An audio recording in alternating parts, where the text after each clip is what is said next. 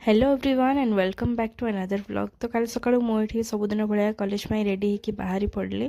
तो रेडी हाँपी एत अलस लगी था ना, बट स्टिल जमती भी हो रेडी होकर जावाक पड़ुछि।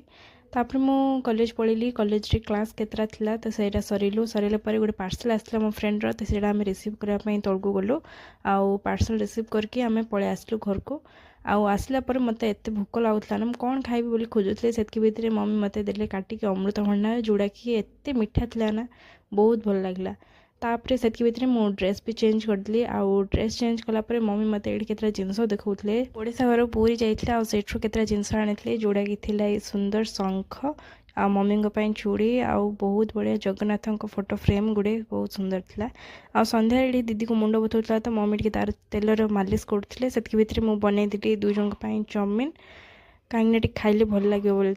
And thank you for watching, bye.